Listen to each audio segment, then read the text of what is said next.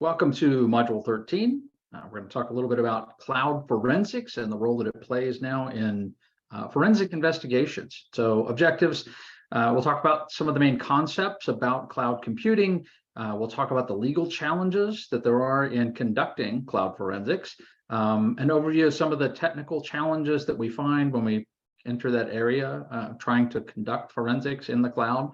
We'll talk a bit about how to acquire data, how to conduct a cloud investigation, and explain what remote tools that there actually are. So first thing to think, and it's kind of a meme, I understand, but there is no cloud, right? It's just someone else's computers. But that provides a lot of challenges for us in the forensics world. So that whole, the concept, the idea of cloud computing came about multiple sources. And so the people who get the credit, John McCarthy of MIT, Dr. Licklider, who was with DARPA. In 1999, Salesforce.com was the first one to develop a web service that did all of the backend database and managed an application for users. And so that's really kind of the first cloud instance that we would find. Amazon, shortly thereafter, created the Mechanical Turk. That was 2002. And so that provided storage and computational support, human intelligence to anyone who was willing to subscribe. In 2006, Amazon created the Elastic Compute Cloud, so the EC2. So that's really when we think of AWS, that's what we're thinking about. After 2009, that was kind of the verge of Web 2.0. Everybody jumped on board, right? So Google Apps, iCloud for Apple, Microsoft's OneDrive, lots and lots of providers decided to offer some sort of cloud service to either existing customers or to new customers. So we talk about service levels, one of the terms that we hear when we talk about cloud computing. So we have we have software as a service, we have platform as a service, and we have infrastructure as a service. So software as a service, that's the foundation. So that's that beginning. That was Salesforce.com, right? Delivering these marketing and sales database management applications via the internet. Platform as a service, here's a Windows server. So Azure would probably be a good example of that if you've been through the network administration class. And then there's infrastructure as a service. And so infrastructure as a service, customers can rent the physical hardware, install whatever operating systems they want, bring other devices onto that virtualized network.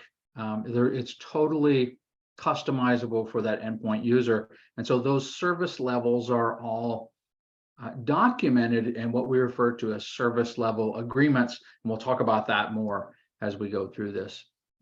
So cloud has a couple of different deployment methods. There's public cloud, so anyone can access that. There's private cloud, only accessed by people with the necessary credentials. Governments use private clouds. There are community clouds where we're sharing those resources. And then most organizations are probably in some sort of hybrid. And so they have some of their IT services being deployed through the cloud. They have some of their own physical infrastructure. And so they're meshing those two environments together. It makes it a little bit more complex for the IT managers, but also allows probably an easier integration for cloud services. So vendor-wise, Salesforce, the very first one, IBM has cloud, Cisco Cloud Computing, AT&T Synaptic, which is kind of gone away since 2019. It's changed. Google Cloud, we're familiar with Google Drives, right? HP Hellion, so that officially ended in 2016. Citrix has Zen servers, Rackspace, who's struggling to redefine themselves, the local company here. Oracle Cloud, there's Vulture Cloud, which I've actually dealt with in investigations myself. The big players, of course, Amazon Web Services and Microsoft's Azure. And so they really are battling it out for the top provider. And so whoever is that top provider picks up the lucrative government contracts. There's a few lawsuits going back and forth between them right now. So there are some dimensions that we need to consider. And so organizationally, right, how are or we would say architecture right? How are the components in that cloud being structured? There's the legal elements, so jurisdiction and those service level agreements. And then we have the technical aspects of when we talk about cloud forensics of what tools can we use? How can we deploy them? Can we deploy them? Can we even access these cloud services? So those are sort of the three things whenever we're entering into an investigation where we're going to have cloud as a part of our forensics, we need to start thinking about those ahead of time. So I mentioned that service level agreements, sometimes referred to as cloud service agreements, CSAs, or service legal agreements, depending on where you're at. SLA is a pretty common term.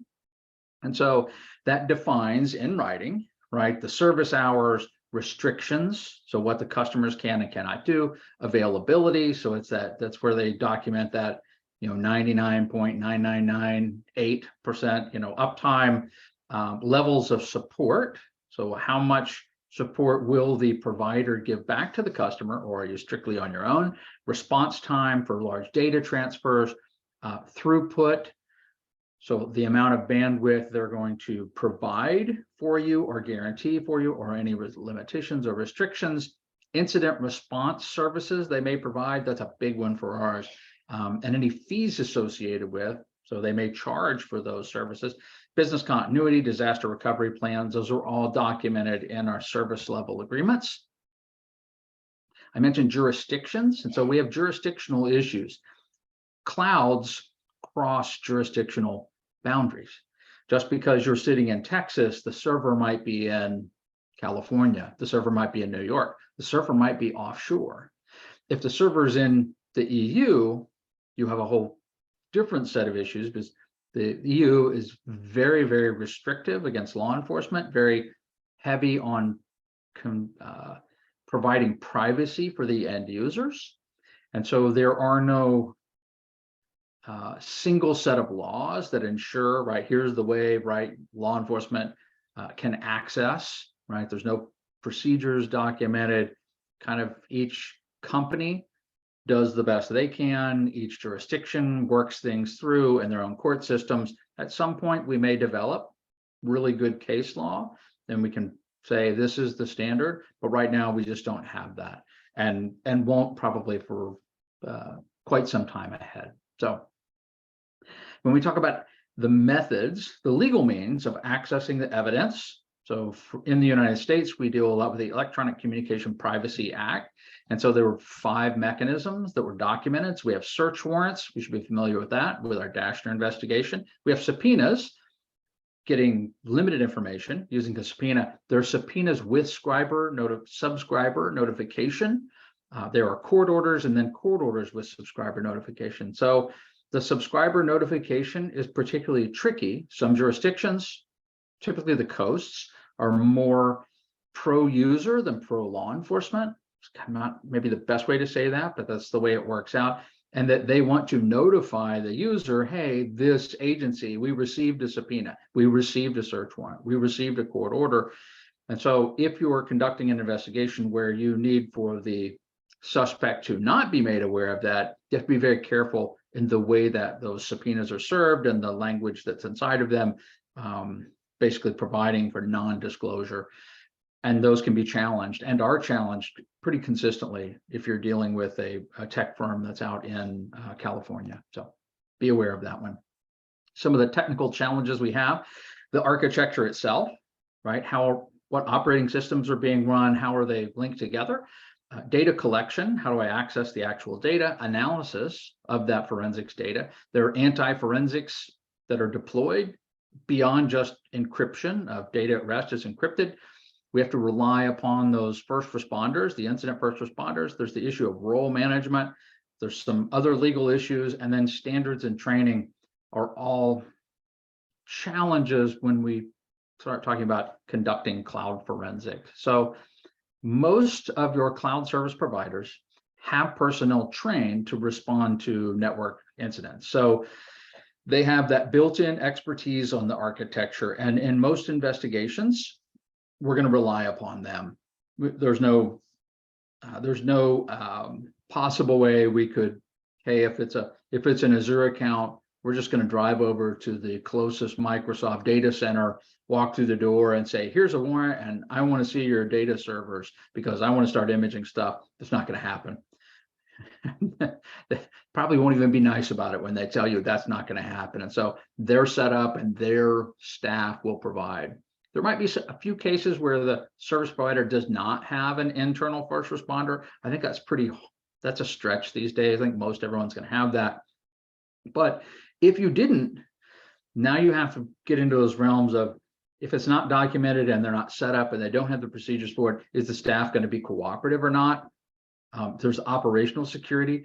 You can't just send, during a sensitive investigation, we can't just send an email in randomly and say, hey, I'm conducting an investigation into these suspects or this incident and hope that nothing gets back to the suspects.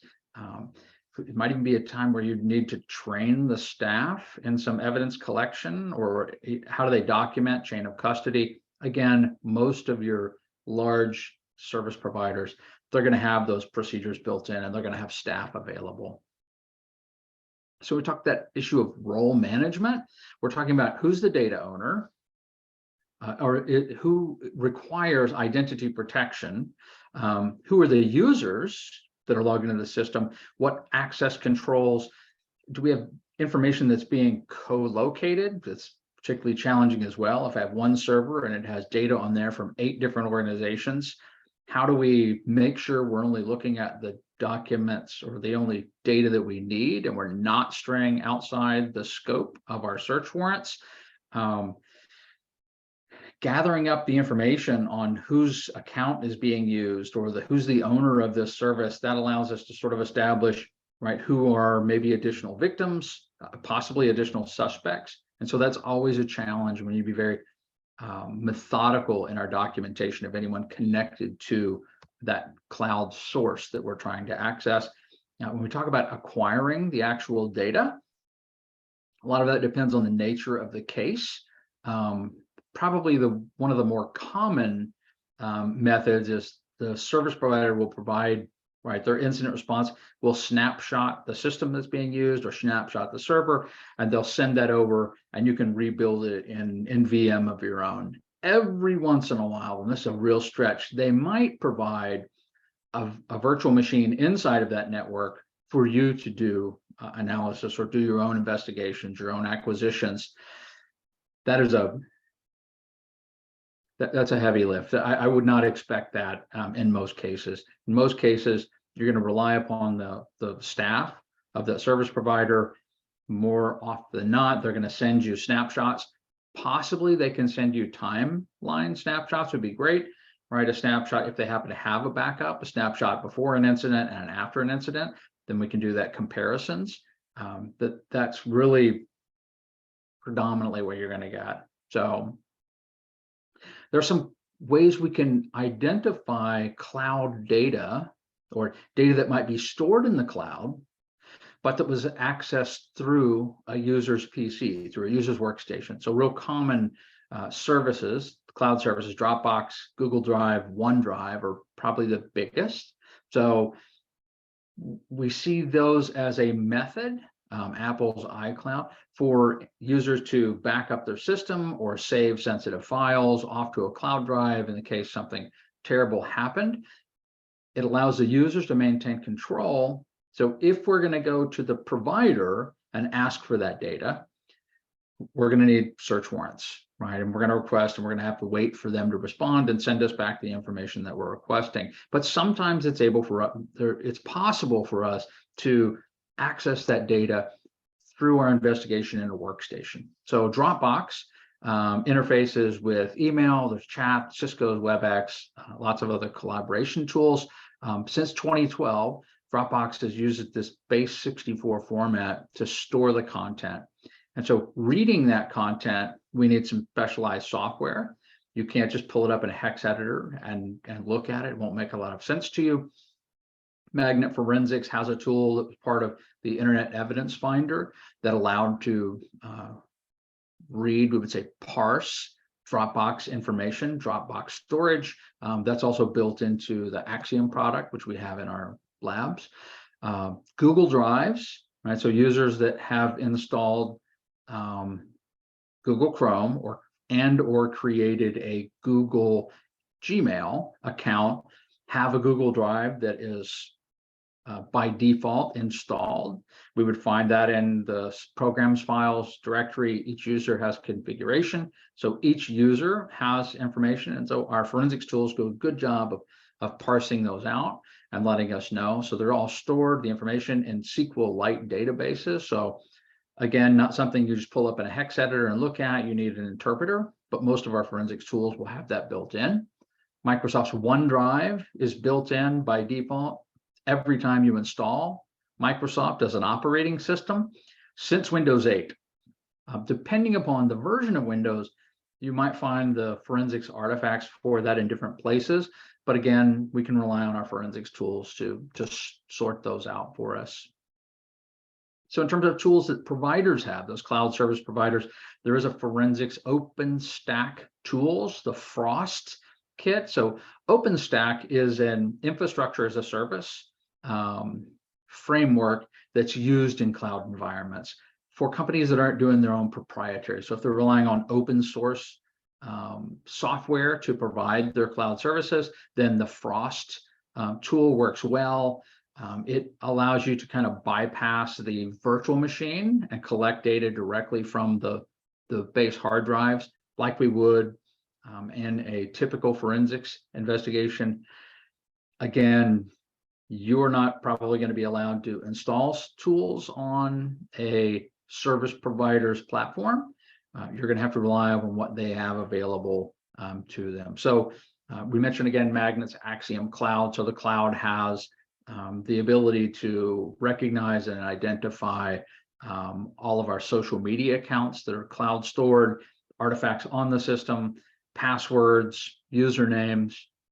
We still would need a search warrant to use those usernames and passwords to access cloud content. So just because you find a username and a password, don't jump the gun. Take the time, get a search warrant before you do something like that. So that's a quick overview for cloud forensics and some of the challenges that we find. And I look forward to seeing everybody back in the lab.